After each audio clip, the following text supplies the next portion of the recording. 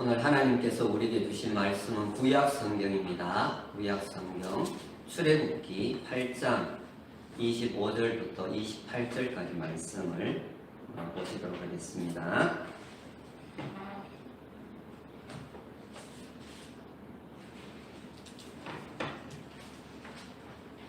출애굽기 8장 25절에서 28절 말씀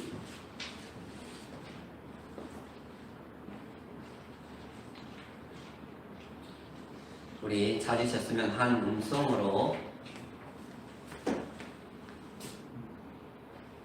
읽도록 하겠습니다. 우리 다 같이 읽습니다. 시작. 바로가 모세와 아론을 불러 이르되 너희는 가서 이 땅에서 너희 하나님께 제사를 드리라. 모세가 이르되 그리함은 부당하니이다. 우리가 우리 하나님 여호와께 제사를 드리는 것은 애굽 사람이 싫어하는 바인즉 우리가 만일 애굽 사람의 목전에서 제사를 드리면 그들이 그것을 미워하여 우리를 돌로 치지 아니하리이까 우리가 사흘길쯤 광야로 들어가서 우리 하나님 여호와께 제사를 드리되 우리에게 명령하시는 대로 하려 하나이다. 바로가 이르되 내가 너희를 보내리니 너희가 너희 하나님 여호와께 광야에서 제사를 드릴 것이나 너무 멀리 가지는 말라. 그런즉 너희는 나를 위하여 간구하라. 아멘. 오늘 또 대면 예배와 비대면 영상 예배 자리에 나오신 한 분 한 분을 주님의 이름으로 환영하고 사랑하고 또 축복합니다. 오늘 제목은 노예자로 살 것인가 예배자로 살 것인가 입니다. 노예로 살 것인가 예배자로 살 것인가 이렇게 해도 되는데 제가 제목에 균형을 맞추기 위해서 이렇게 제목을 정했습니다. 이어령 교수님이 쓴 아들이여 이 산하를 이라고 하는 오래된 수필집에 나오는 이야기입니다. 교수님이 어린 시절에 살던 마을에는 수염이 이렇게 가슴 밑까지 이렇게 달고 사신 할아버지 한 분이 계셨다고 합니다. 워낙 이렇게 근엄하신 분이라서 이렇게 사람들이 별로 이렇게 접근을 하지를 않았다고 합니다. 그런데 그 마을에 아주 호기심이 많은 이렇게 초등학교, 국민학교에 다니는 어린아이가 조르륵 이렇게 달려와서는 하는 말이 할아버지는 밤에 주무실 때 수염을 이불 밖에 내놓고 주무세요? 아니면 이불 속에 넣고 주무세요? 이렇게 물었습니다. 아이다운 질문이지요. 그런데요, 가만히 이렇게 생각을 해보니까 이렇게 30년이 넘도록 수염을 달고 살았는데 밤에 잠을 잘 때 어떻게 하는지 잘 모르겠는 거예요. 그래서 아이에게 얘야 하루만 이렇게 시간을 다오. 내가 밤에 한번 자보고 얘기를 해주마. 이렇게 얘기를 한 겁니다. 그리고 이제 밤이 되어서 잠을 청하는데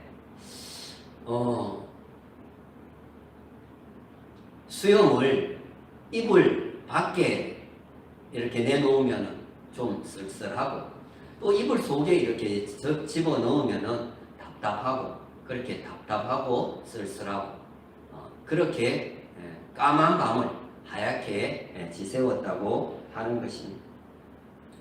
다음날 아침에 아이가 이렇게 달려온 것을 보고 얘야 너무 미안하구나. 내가 하룻밤만 더 잠을 자고 얘기를 해주마. 그렇게 얘기를 했습니다.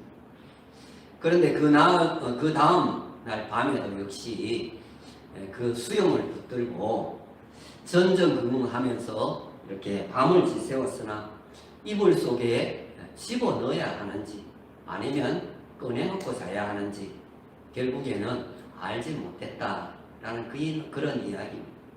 대혼란이 온 거예요. 그런데 여러분 이건요 전혀 고민할 문제가 아닌 거예요.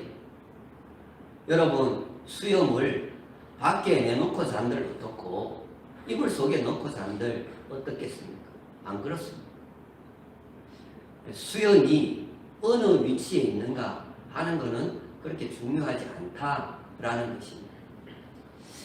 1월의 주제는 예배 회복입니다. 우리 진정한 예배가 회복되게 하옵소서. 이렇게 한번 따라 외치고 우리 오늘 본론으로 들어가도록 하겠습니다. 진정한 예배가 회복되게 하옵소서. 예. 여러분, 우리에게 왜 이토록 예배가 중요한가 하면요, 예배는 우리가 누구인가 하는 우리의 정체성을 가장 잘 나타내 주는 자리이기 때문에 그렇다라는 것입니다. 곧 예배는 내가 하나님의 백성, 하나님의 자녀됨을 확인시켜주는 자리이기 때문에 예배가 이토록 중요하다라는 것입니다. 여러분, 누가 예배를 드립니까? 누가 예배를 드립니까? 하나님의 자녀들, 하나님의 백성들이 예배를 드리는 것입니다. 이방인들, 세상 사람들은 하나님을 예배하지를 않습니다. 우상을 섬깁니다. 그래서 그들은 오히려 예수 믿는 이 예배를 드리는 사람들을 방해하게 되는 경우가 많은 것입니다. 하나님께서 이스라엘 백성들을 애굽으로부터 불러내신 목적이 있습니다. 노예에서 해방시켜 주는 데만 있지를 않습니다. 자유를 주는 데만 있지를 않습니다. 복지사회를 건설하는 데만 있지도 않습니다. 구별된 백성으로 구별된 장소에서 하나님을 예배하도록 하기 위해서 부르셨습니다. 너무나 중요한, 우리를 불러내신, 나를 불러내신 목적은 하나님을 예배하도록 하기 위함이다 라는 것입니다. 하나님께서 모세에게 특별한 중요한 사명을 하나 주십니다. 모세가 이집트의 바로 왕에게 가서 전하게 될 하나님의 메시지는 이것입니다. 출애굽기 3장 18절 후반부에 보시면 이런 말씀이 나옵니다. 우리가 우리 하나님 여호와께 제사를 드리려 하오니 사흘 길쯤 광야로 가도록 허락하소서 하라. 이렇게 하나님께서 예배에 대한 미션을 이 모세에게 주는 것을 볼 수가 있습니다. 그런데 애굽의 바로 왕은 이스라엘 백성들을 내보내지 않기 위해서 온갖 몸부림을 다 치는 것을 볼 수가 있습니다.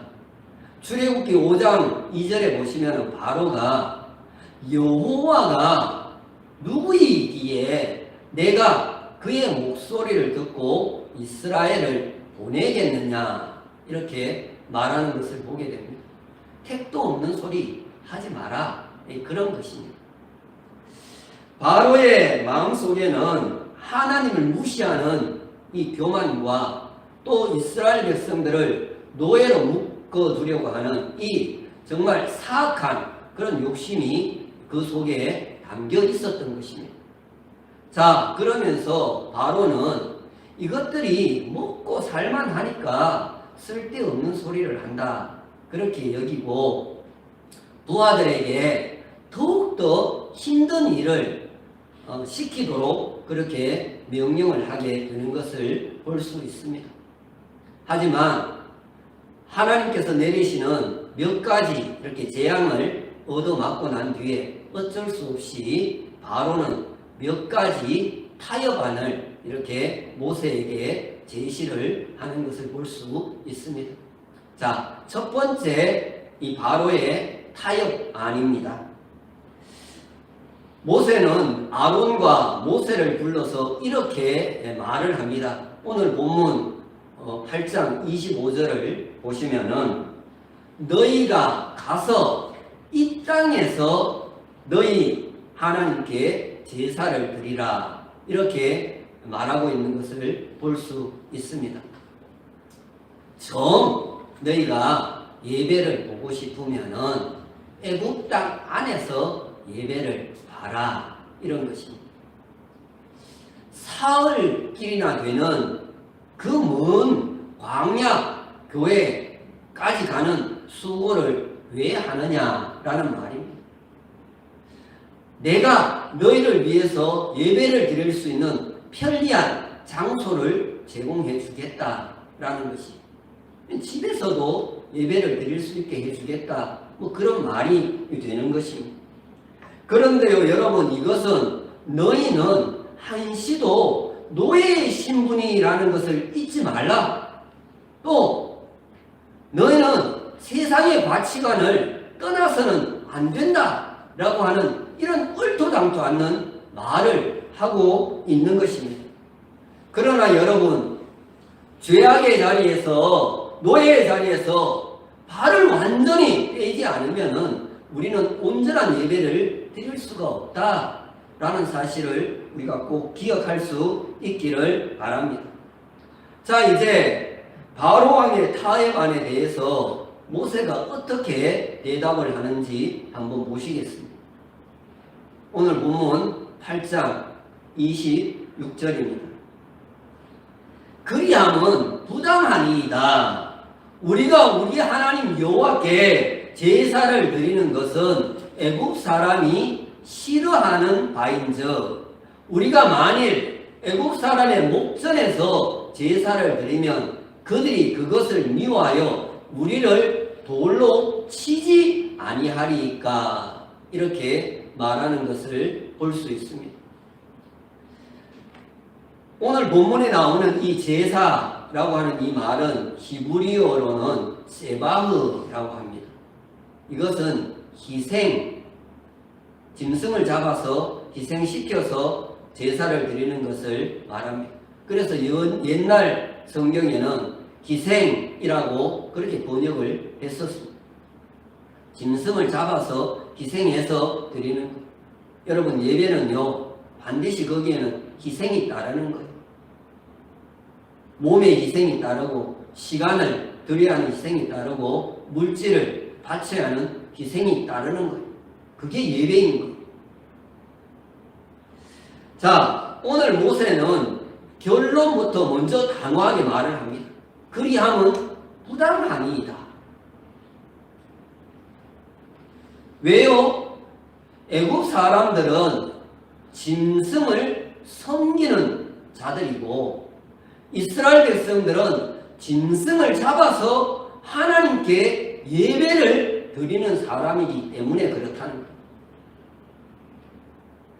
제가요 참 올해 한 35년 전에 있었던 일인데요. 지금도 생각하면 그렇게 이렇게 웃음이 나는 그런 추억입니다. 울진에 가면은요 부령사라고 하는 절이 상당히 유명합니다. 부령 계곡도 상당히 유명해서 많은 사람들이 이렇게 와서 냇가에서 놀고 그럽니다. 제가요 청년 시절에 교회 청년들과 함께 공휴일에 아마 5월달이었던 것 같아요. 이 부령 계곡에 이렇게 놀러를 갔는데요. 마침 이 부령사 그 바로 절 밑에 거기가 장소가 더 좋아요. 그래서 거기에 가가지고 삼겹살을 이렇게 구워 먹었어요. 그런데 냄새가 이제 풀풀 올라갈 거 아니에요. 조금 있다니까 비구니들이 2명이 쫓아온 거예요. 막대기를 들고 도대체 뭐 하는 짓이냐고. 이 절 밑에서 절 앞에서 이게 무엇 하는 짓이냐고. 그러면서 얼른 가지고 가라고. 그래서 냄새만 풍기고 고기 한 줄 못 먹고 그렇게 이렇게 쫓겨 났던 적이 있습니다. 지금 그 이야기를 하는 거예요. 애굽 사람들 앞에서 만약에 그렇게 소 잡고 양 잡고 해서 제사를 드리면 돌에 맞아 죽을 판입니다. 그래서 부당하다는 거예요. 모세의 이 말은 당신과 우리는 가치관이 다르고 주권이 다르고 사는 방식이 다르고 우선순위가 다른 사람이다 라고 하는 것을 지금 선포하고 있는 것입니다. 여러분, 하나님이 기뻐하시지 않는 그런 세상의 타협에 대해서 그리하면 부당하나이다, 이렇게 당당히 맞설 수 있는 그런 그리스도인들이 되기를 주님의 이름으로 축원합니다. 자, 첫 번째 타협안에 실패한 바로는 이제 두 번째 타협안을 가지고 나오는 것을 보게 됩니다. 오늘 본문 8장 28절입니다.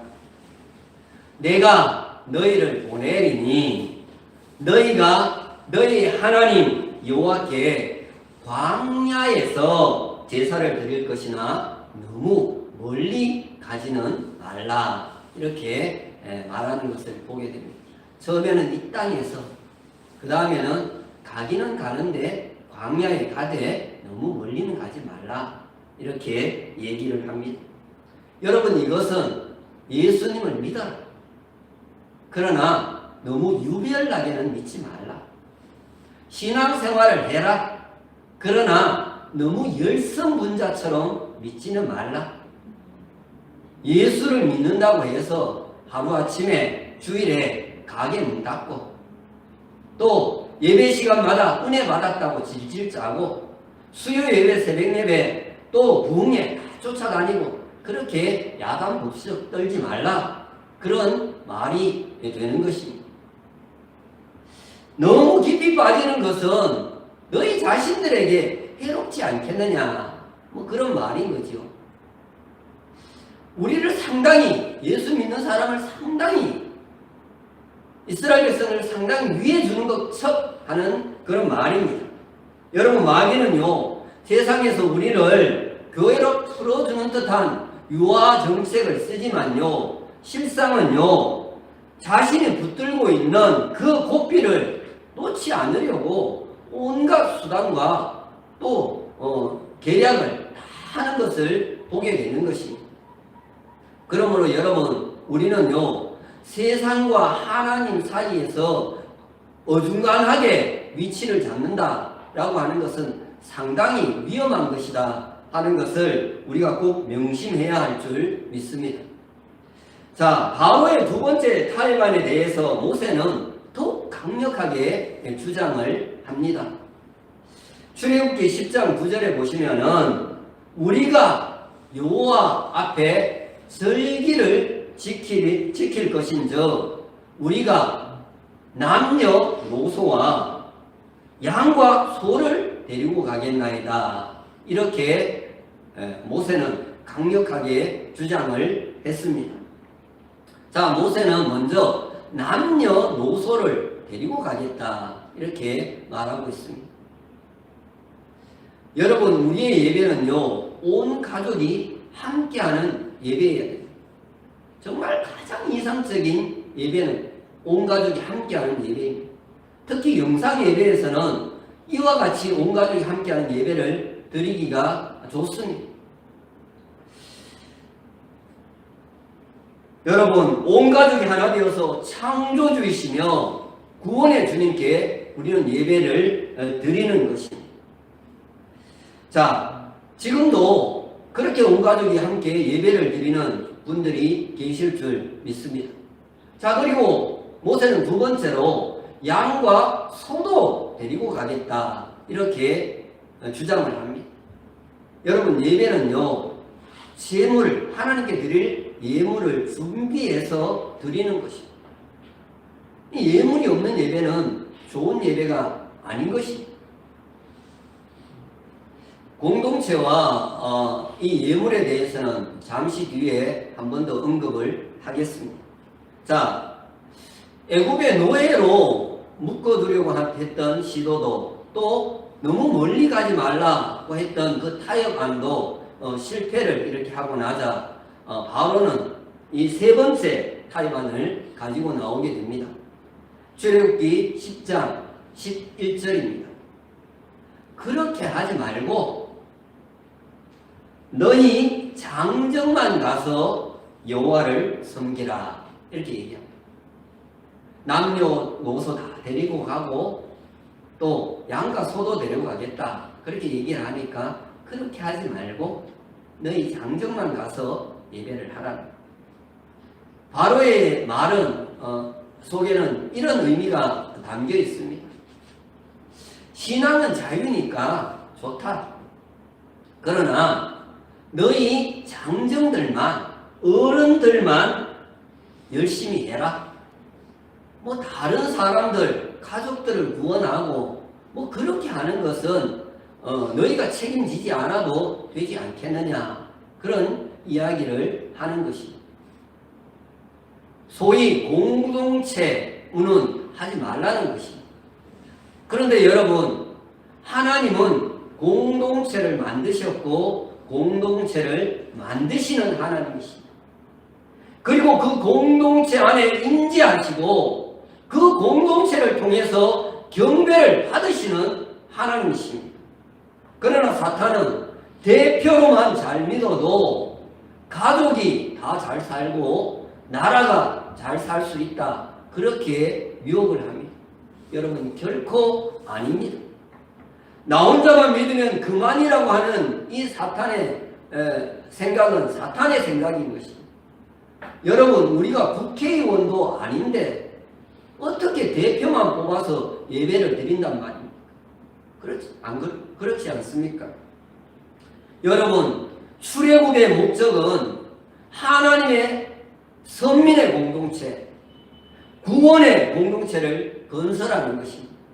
그래야 믿음의 대물림이 되는 것이고 축복이 계속해서 가족에게로 흘러 들어가게 되는 것입니다. 당대만 믿고 끝나보십시오. 축복도 끝나는 것입니다. 너나 열심히 예배하라는 이 바로의 유혹 앞에 모세와 이스라엘 백성들은 단호히 거절을 합니다. 오히려 예물도 준비하고 온 가족 공동체가 함께 예배를 드리러 가겠다, 이렇게 선포를 했습니다. 이때 바로는 마지막 타협안을 제시를 합니다. 출애굽기 10장 24절 말씀입니다. 바로가 모세를 불러 이르되 너희는 가서 여호와를 섬기되 너희의 양과 소는 머물러 두고 너희 어린 것들만 너희와 함께 갈지니라, 이렇게 얘기합니다. 양과 소는 두고 몸만 나가라는 것입니다. 장정들과 어린아이들 함께 갈 수 있다는 것. 사람들은 가도 된다라는 것입니다. 여러분, 우리는 바로의 이 말 속에서 두 가지를 우리가 생각을 할 수가 있습니다.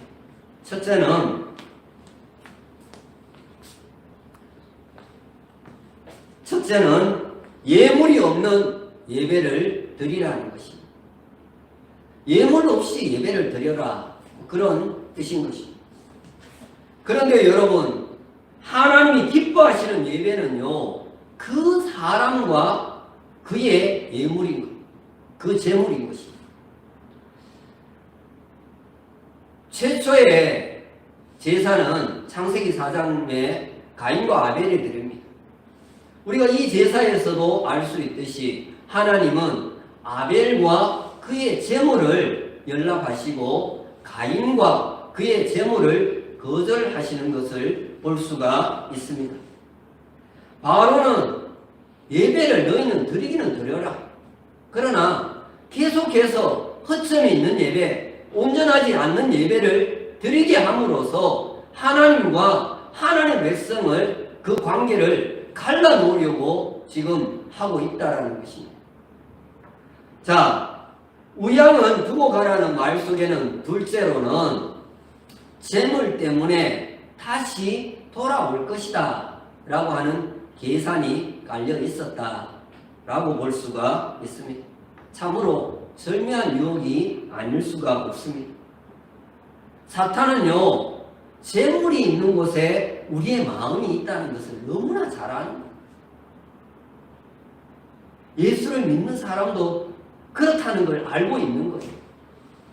그런데 여러분, 신앙인들에게 물질이 필요한 이유는요, 생존을 위한 것도 있지만, 웰빙, 잘 사는 것도 있지만, 하나님과 이웃을 섬기기 위함인 것입니다. 웰 쉐어링, 잘 나누는 것이 우리의 사명인 것입니다. 물질로 섬김의 사명이 있는 분들에게 하나님께서 재물 얻는 능을 더하시기를 주님의 이름으로 축원합니다. 사랑하는 여러분, 사탄은 우리를 끊임없이 유혹을 할 것입니다. 교인이 되어라. 그러나 세상적 욕망은 포기하지 마라. 예수를 믿어라. 그러나 너무 열심히는 믿지 마라. 신앙은 개인적인 거야. 너나 잘 믿어. 어른들만 잘 믿으면 돼. 장정들만 잘 믿으면 돼. 다 좋은데 물질은 좀 뒤에 이래 남겨도 하나님께 드리는 것 좀 절제하고. 여러분, 이렇게 말을 해올 때 우리는 정말 단호히 선포하기를 원합니다. 그리함은 부당하다. 이렇게 단호히 말할 수 있기를 주님의 이름으로 축원합니다. 견고한 진을 파는 강력이요 강한 힘이요 참으로 강하오. 견고한 진을 파는 강력이요 강한 힘이요 성령 안에서. 여러분, 성령의 능력으로 사탄의 견고한 진을 무너뜨릴 수 있기를 주님의 이름으로 축원합니다. 여러분, 우리는 피조물로서 성도로서 예배를 최우선 순위에 둬야 합니다. 이유는 세 가지입니다. 첫째는 하나님이 인간을 창조하신 목적이 예배이기 때문에 그렇습니다. 이사야 43장 21절입니다. 이 백성은 내가 나를 위하여 지었나니 나를 찬송하게 하려 하니라. 그렇게 말씀하고 있습니다. 둘째로 하나님이 인간을 구원하신 목적도 예배이기 때문에 그렇습니다. 지상의 예배도 천상의 예배도 다 구원의 하나님께 찬송으로 경배를 돌리기 위한 것입니다. 셋째, 예배의 성패가 인생의 성패를 좌우하기 때문에 그렇습니다. 예배는 첫 단추와 같다. 제가 말씀을 드렸습니다. 예배에 실패를 하면은 신앙도 흐트러지고 인생도 흐트러집니다. 반대로 예배에 성공을 하면요, 신앙도 서고 신앙도 서게 되는 것입니다. 자, 몸과 예물을 가지고 너무 중요합니다. 그런데요, 하나님께서 진정으로 우리에게 요구하시는 예배는요, 우리 마음으로 드리는 예배예요. 하나님께서는요, 우리를 향해서요, 나에게 너의 마음을 좀 다오, 이렇게 요구를 하십니다. 그래서 우리는 우리의 마음을 하나님께 드리면서 예배를 드려야 하는 것입니다. 여러분, 하나님께 진정 끌림이 없는 마음의 예배라면 그 예배는 온전한 예배가 되지를 못하는 것입니다. 자, 마음의 예배 이상으로 중요한 예배가 있습니다. 그것이 바로 삶의 예배, 생활의 예배입니다. 로마서 12장 1절입니다. 바울은 이렇게 우리에게 권면을 하고 있습니다. 그러므로 형제들아, 내가 하나님의 모든 자비하심으로 너희를 권하노니 너희 몸을 하나님이 기뻐하시는 거룩한 산 제물로 드리라. 이는 너희의 드릴 영적 예배다. 이렇게 말씀을 하고 있습니다. 여러분 이사야 당시에는 하나님을 믿는 백성들이 손에 피가 가득한 채로 제사를 드렸습니다. 늘 이웃에 대해서 분노가 가득하고 원수들에 대해서 칼을 휘두르면서도 정작 하나님 앞에 나와서는 평화를 구했습니다. 복을 구한 것입니다. 그때 하나님께서는 외식하는 자들을 향해서 진정한 예배가 무엇인가를 일러줍니다. 진정한 예배란 하나님에 대한 신앙과 이웃에 대한 사랑이 동시에 이루어져야 된다는 것을 선포하셨습니다. 여러분, 믿음의 조상 아브라함은 가는 곳곳마다 제단을 쌓고 하나님 앞에 예배를 드렸습니다. 그리고 예배자가 어떻게 승리하며 사는지를 세상 사람들에게 똑똑히 보여주며 살았습니다. 여러분, 참 예배를 드리면은 하나님이 기뻐 받으시고 축복해 주십니다. 참 예배를 드리면 우리의 영혼이 회복되어지고 마음의 평안과 기쁨이 충만하게 됩니다. 그리고 건강도 따라오는 경우가 많이 있습니다. 그렇게 해서 계속해서 예배를 드리다 보면 복된 인생이 되고 존귀한 인생이 되어집니다. 작년에 김태영 전 총회장님께서 이런 말씀을 하셨습니다. 종교가 일반인들에게는 취미일지 모르지만 신앙을 생명같이 여기는 그리스도인들, 기독교인들에게는 종교의 자유는 목숨과 바꿀 만한 것이다. 그렇게 얘기를 했습니다. 여러분, 우리는 정부의 방역 지침이 못마땅해서 정부와 교회를 박해하고 있다고 그렇게 여겨서 예배에 목숨을 걸자라고 하는 그 정도의 수준에 머물러서는 되지 않을 것입니다. 참으로 진실된 신앙심, 내 마음속에 그 신앙심으로 인해서 예배에 생명을 걸기를 원하는 우리들이 되기를 주님의 이름으로 축원합니다. 또한 교회 안에서만 아니라 교회 밖에서도 주님의 이름으로 섬김과 헌신의 삶을 살아가는 참 예배자, 온전한 예배자들이 되기를 주님의 이름으로 축원합니다. 여러분, 하나님께 드리는 예배, 삶 속에서 행해지는 예배는 우리가 하나님의 자녀이다, 그리고 천국의 백성이다 라고 하는 사실을 가장 잘 나타내주는 그런 자리가 됩니다. 이제 이런 복음성으로 오늘 말씀을 마무리하려고 합니다. 오 자유,